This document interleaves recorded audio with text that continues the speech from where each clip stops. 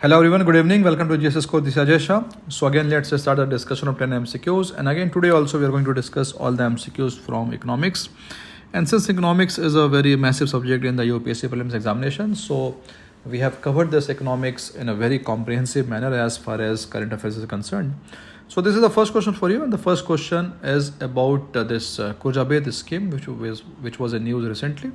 So the first statement says payment under Khurja-Bed is calculated on the basis of net loss of earning. This statement is correct.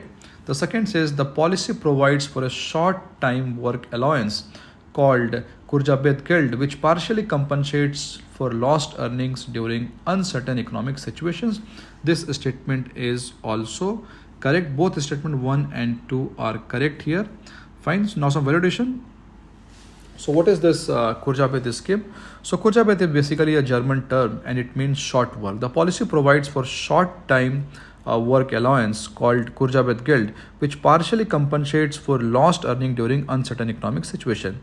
Now the policy was rolled out during the 2008 economic crisis, while its origin can be traced back as far as this World War period. Now the scheme aims to address workers who are impacted by loss of income due to shortened work hours during such times. This helps companies to retain their employees instead of laying them off and allows the latter to sustain themselves. Fine. So that's all. We'll move to the next question. So question number 2 is about with reference to Deen Dayal Upadhyaya Gramin Kaushal Yojana. Fine. The first statement says it is a placement linked skill development program. This statement is correct. The second says it is implemented as public private partnership PPP model. This statement is also correct. The third says it provides for guaranteed placement for all the trained candidates.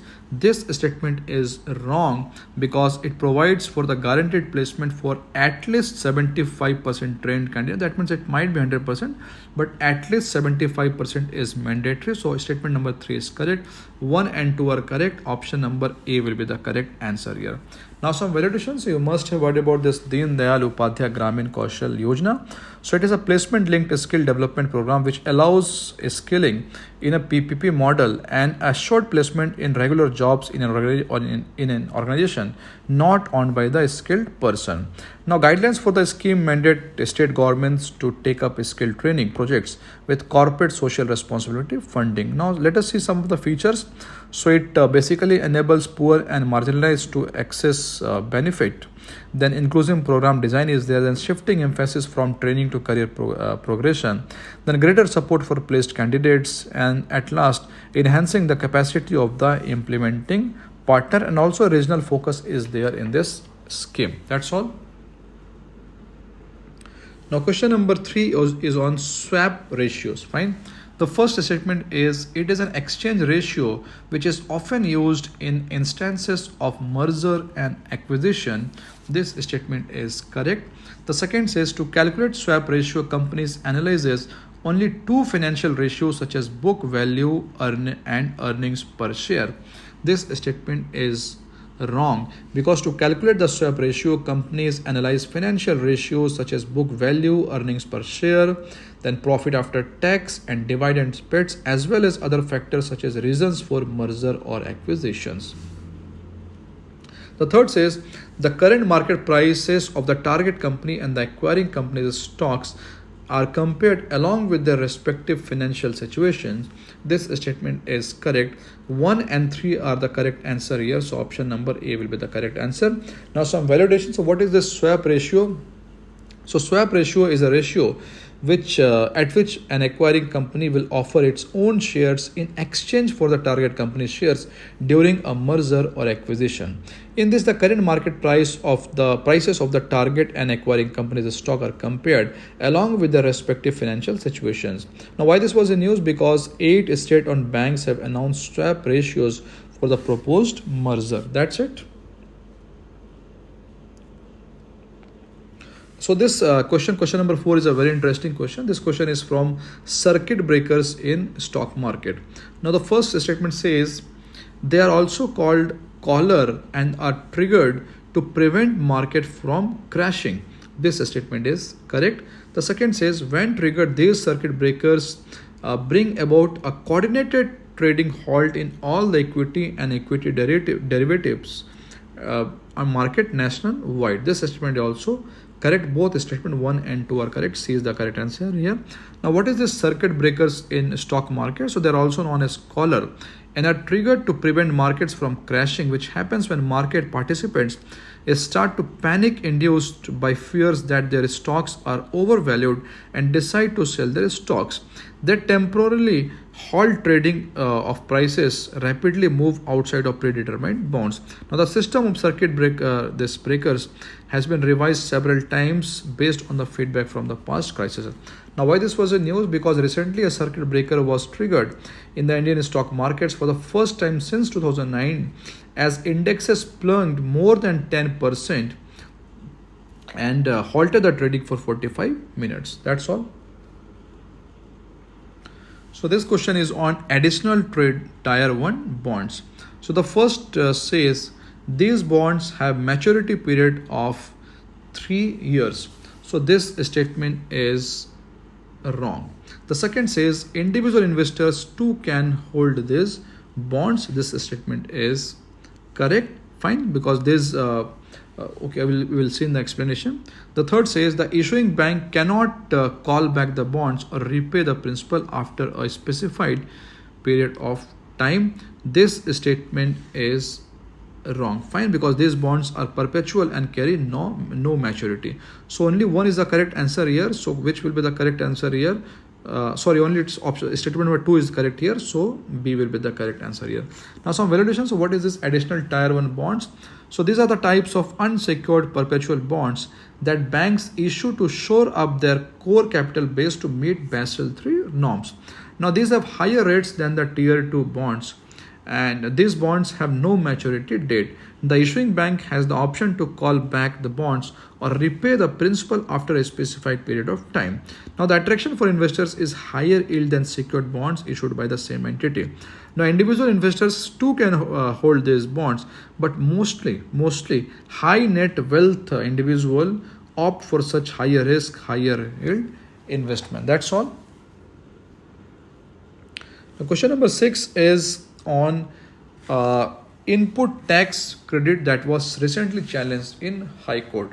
The first statement says it is the tax that a business pays on a purchase and that it can use to reduce its tax liability when it makes a sale. This statement is correct. The second says no input credit tax credit will be allowed if the depreciation has been claimed on tax component of a capital good. This statement is also correct. The third says it can be availed on goods and services for both business purpose and non-business, that is personal purpose. This statement is wrong because it can be availed only for the goods and services for business purpose. If they are used for non-business purpose, that is personal purpose, or for making exempt supplies, then ITC cannot be claimed. So only 1 and 2 are correct answer here. So option number D will be the correct answer. Now what is this input tax credit? So input tax credit is the tax that a business pays on a purchase and that it can use to reduce its tax liability when it makes a sale. In other words, businesses can reduce their tax liability by claiming credit to the extent of GST paid on purchase. Now, who can claim this input tax credit? So ITC can be claimed by person registered under GST only if he fulfills all the conditions, such as the dealer should be in possession of the tax invoice, then the said goods or services have been received, then returns have been filed, then the tax charged has been paid to the government by the supplier. When goods are received in installment, the ITC can be claimed only when the last lot is received. That's all. So this is question number 7. And the question number says, which of the following statements regarding differences between payment aggregators and payment gateways are correct? Fine. So the first statement says payment aggregators in India allow the merchants to deal in a specific payment option put on portal, whereas payment gateways offers multiple options for payment from bank transfers, credit, debit, and e-wallets, transactions, etc. This statement is wrong. Fine. Why this statement is wrong? Because payment gateways in India allow merchants to deal in a specific payment option put on the portal, whereas payment aggregators offer multiple options for the payment, from bank transfers, credit bank cards, e-wallet transaction, and most recently the UPI. The second says payment gateways play the role of intermediaries with merchants and customers who want to pay for any goods or services they are purchasing from the site, whereas payment aggregator is more an interface through which intermediaries accept payment and make settlement. This statement is correct. So only 2 is the correct answer statement here. So which statement will be correct? B will be the correct answer here. Now what is the difference between payment gateways and payment aggregators? So payment aggregator is the inclusion of all these payments gateways. Payment aggregators are service providers through which e-commerce merchants process payments. They allow merchants to accept bank transfers without setting up merchant account that is associated with the bank. Now payment gateway is an e-commerce software application, software that allows online transaction to take place. It is a pass-through mechanism through which cards, net banking, and e-wallet payments are done. Payment gateways offer means to accept online payment. Now, both payment gateways and payment aggregators are inclusive. A payment aggregator need not act as a payment gateway, but a payment gateway will need an aggregator. That's all. Now, question number 8 is on with reference to capital to risk weighted asset ratio, CRAR. The first statement says CRAR is arrived at by dividing the capital of the bank with aggregated risk weighted assets for credit risk, market risk, and operational risk. This statement is correct. The second says the lower of CRAR of a bank, the better capitalized it is. This is a very common sense based question. This statement is wrong because the higher the CRAR of a bank, then better the capitalized it is. The third says CRAR is decided by central banks and bank regulators to prevent commercial banks from taking excess leverage and becoming insolvent in the process. This statement is correct. So here 1 and 3 are the correct answer. So option number A will be the correct answer. Now capital to risk weighted asset ratio. What is this? This is also known as capital adequacy ratio, is the ratio of bank's capital to its risk. Now the capital to risk weighted asset ratio is arrived at by dividing the capital of the bank with aggregated risk weighted assets for credit risk, market risk, and operational risk. Now why this was the news? Because Cabinet Committee on Economic Affairs has given its approval for continuation of process of recapitalization of regional rural banks by providing minimum regulatory capitals to RRBs for another year beyond 2019-20, that is up to 2020-21. Now this is for those regional rural banks which are unable to maintain minimum capital to risk weighted assets ratio, that is 9%, as per regulatory norm prescribed by RBI. That's all. So question number 9, consider the following statement regarding Agriculture and Processed Food Products Export Development Authority.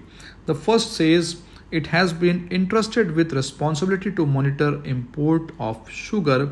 This statement is correct. The second says it is established by an act of parliament. This statement is also correct. Both statement 1 and 2 are correct. Now what is this Agriculture and Processed Food Products Export Development Authority? So it is an authority established under the Act of Parliament and under the administrative control of Ministry of Commerce and Industry. Fine. Now it has been mandated with the responsibility of export promotion and development of the scheduled products, that is fruits, vegetables, meat products, dairy products, alcoholic and non-alcoholic beverage. Now why this was in news? Because Agriculture and Processed Food Products Export Development Authority has signed an MOU with a small farmers agribusiness consortium to have better sync with their activities for the benefit of farmers. That's all. Now this is the last question for you, and you must be aware about this helicopter money. What is this helicopter money? So what is this? A special type of helicopter hired to drop money, a type of highly subsidized loan provided by the banks, money that is earned through shortcut ways like gambling, printing large sums of money and distributing it to the public. So what is the correct answer? Printing large sums of money and distributing to the public, option number D. Now, what is this helicopter money? So, helicopter money is a proposed unconventional monetary policy, sometimes suggested as an alternative to quantitative easing when the economy is in a liquidity trap. That is, when interest rates near zero and remains in recession. Although the original ideas of helicopter money describe central banks making payments directly to individuals, economists have used the term helicopter money to refer to a wide range of different policy ideas. Now, why this was in use? Because amid rising concern over economic crisis that has been triggered by COVID-19 lockdown, helicopter money is one of the concepts that is being considered as authorities worldwide. That's all for today. I hope you liked the class. So please like and subscribe our channel for more such videos. One more thing I would like to share with you, UPSC has recently released the result of UPSC 2019, and we are going to upload the interviews, some of the strategies by toppers, their notebook, their answer writings and all on our YouTube channel, on our website, on our Telegram. So please be connected with all of our platforms. Thank you very much.